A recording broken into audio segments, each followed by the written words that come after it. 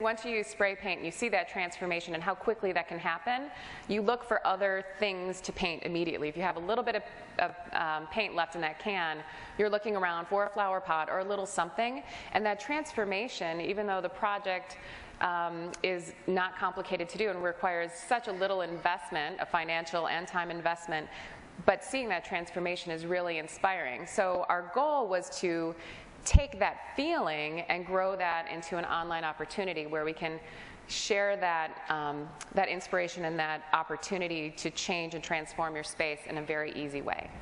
So we called that strategy, if you will, 1,000 projects. And as we quickly learned, that was more of a call to action than it was a very specific goal. A lot of the conversation this morning was around quality versus quantity, and if you guys were awake for a lot of that, you've probably had the same experiences and noted the same in your own work as well.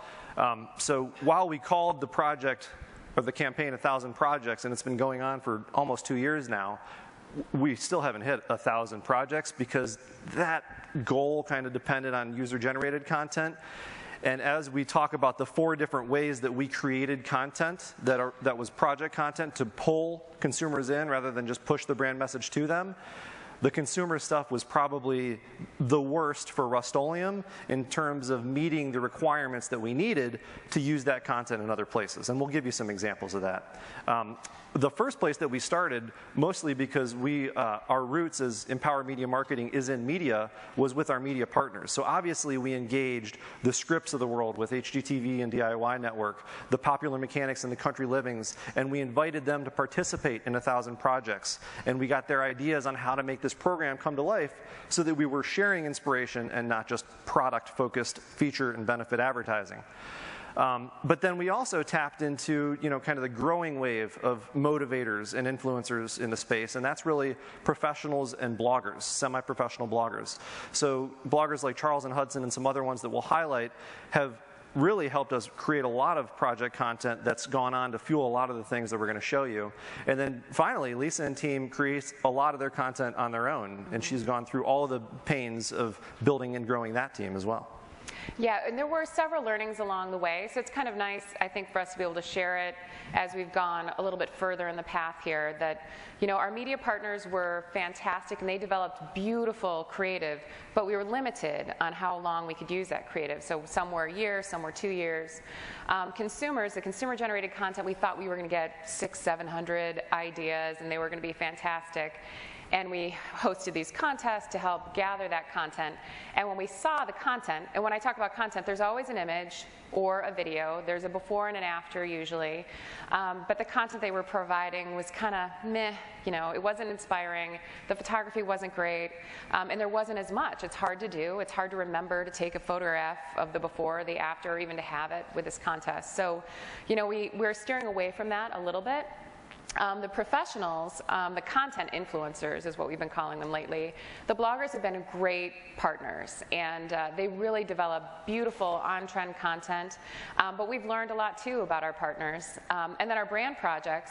So Rust-Oleum built actually 2 years ago a studio just a couple blocks away from where we are, where we have a full-time photographer and videographer. We have someone who actually paints and builds as his full-time job, and it's great. So if we have an idea, or if we see a trend, we can run over to the studio and say, hey, listen, Dirk, I want you to build this, and Kirby, I want you to photograph it, and then we have a writer who can write the instructions, and we can get that project up and running in days, which is great. So we're ramping up the brand projects as much as we can. So before we went on this content and project creation mecca, we actually tapped into our internal content studio team, which is called Magnetic, and they are a practice that sits inside of Empower Media, and they have a very fancy title on their team called a content engineer. And what the content engineer was essentially helping us do is figure out what white space there was for projects out there, because we had gone over the years through a couple different iterations of project creation with Rust-Oleum, and we created some real snoozers as well as some real winners, and we were really looking to find what people cared about based on what they searched for and what they talked about. So we specifically for this analysis use a social listening tool called NetBase. which we've since switched over to Crimson Hexagon, to look at just what conversation was happening in the online world around DIY, home improvement, and home decor. So we looked at 2.5 million mentions of any one of those three topics to try to get an understanding for exactly what the conversation was and how we might frame that conversation in terms of project creation goals and editorial.